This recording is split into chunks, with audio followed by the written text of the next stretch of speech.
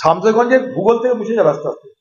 আমি যেটা বলতে চেয়েছি কালকে এবং সরকারকেও যেটা বলেছি যে ভাঙন যখন শুরু হয়ে গেল তারপরে বস্তা ফেলা কেন?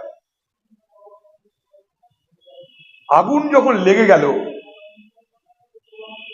তখন সেখানে শুকনো পাতা দিয়ে লাভ কি আছে? কিন্তু জ্বলবেই। ভাঙন যখন শুরু হয়ে গেল তখন সেখানে বালির বস্তা মাটির বস্তা দিয়ে লাভ কি আছে? সেটা যখন শুকনো সময় তখন কেন করা হয় না? এক। দু নম্বর, যদি সরকার মনে করে, আমার দু তিনটে প্রস্তাব আছে, যদি সরকার মনে করে ভাঙন ঠেকানো যাবে না, পশ্চিমবঙ্গ রাজ্য সরকারের দায়িত্ব এটা, কেন্দ্র সাহায্য করবে আমরা জানি, রাজ্যের প্রাথমিক দায়িত্ব পরিকল্পনা করার দায়িত্ব রাজ্য, ঠিক আছে?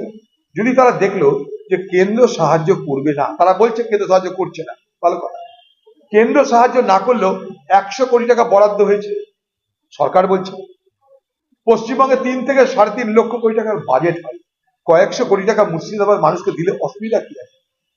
ভাঙনে প্লাবনে কয়েকশো কোটি টাকা খরচ হোক, Ghatal master plan, DVC Damodar উপত্যকাতে যে বন্যা, মুর্শিদাবাদে যে ভাঙন, তার জন্য বিশেষ প্রকল্প বরাদ্দ করা হোক না, অসুবিধা কি আছে? আজকে ভাঙনে কি হয়? ঘর বাড়ি জমি সম্পত্তি সব ভোগে চলে যায়। এবার সরকার মনে করছে আমি 100 কোটি টাকা খরচা করবো, বলছে না, 100 কোটি টাকা যদি খরচা করতেই হয় আর ভাঙন ঠেকানো যদি নাই যায়, তাহলে বুদ্ধিমানের কাজ হচ্ছে কি, যেখানে জমি খালি পড়ে আছে সেই জমি কিনে সেখানে ছোট ছোট ঘর বাড়ি করে দিয়ে ভাঙন দুর্গত মানুষ যারা ঘর হারাবেই, গৃহহীন যারা হবে, তাদেরকে পুনর্বাসনের ব্যবস্থা করা বুদ্ধিমানের কাজ। যদি মনে করি প্রকৃতির সঙ্গে পারলাম না লড়ে পুনর্বাসনের ব্যবস্থা করা যেতে পারে, তার জন্য টাকার অভাব নেই।